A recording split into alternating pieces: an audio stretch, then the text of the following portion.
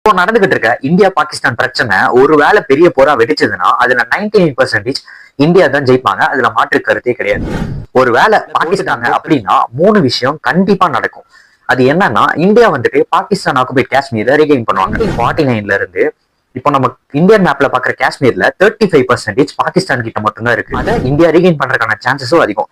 Second விஷயம், பலோச்சிஸ்தான் சொல்லிட்டு ஒரு புது நாடே உருவாகிறதுக்கான சான்ஸ். பாகிஸ்தானோட வெஸ்ட்ல பலோச்சிஸ்தான் சொல்லிட்டு ஒரு ப்ராவின்ஸ் இருக்கு. அவங்களோட உரிமை அவங்களுக்கு கிடைக்கிறது இல்லைன்னு சொல்லிட்டு அவங்களோட வளங்களை பாகிஸ்தான் வேற இடத்துல யூஸ் பண்றாங்க அப்படின்னு சொல்லி பல வருஷமா பாகிஸ்தானுக்கு அகேன்ஸ்டா அவங்க வந்துட்டு போராட்டம் பண்ணிட்டு இருக்காங்க. பலோச்சிஸ்தான் லிபரேஷன் ஆர்மின்னு சொல்லிட்டு ஒரு பிரைவேட் ஆர்மியே பாகிஸ்தானோட ஆர்மி கூட சண்டை போட்டுட்டு இருக்கு. மூணாவது விஷயம், பாகிஸ்தான் கிட்டே இருக்கட்டும், இந்தியா கிட்டே இருக்கட்டும், 2 கண்ட்ரி கிட்டையும் குறைஞ்சது 170 நியூக்ளியர் வெப்பனாவது இருக்கும்.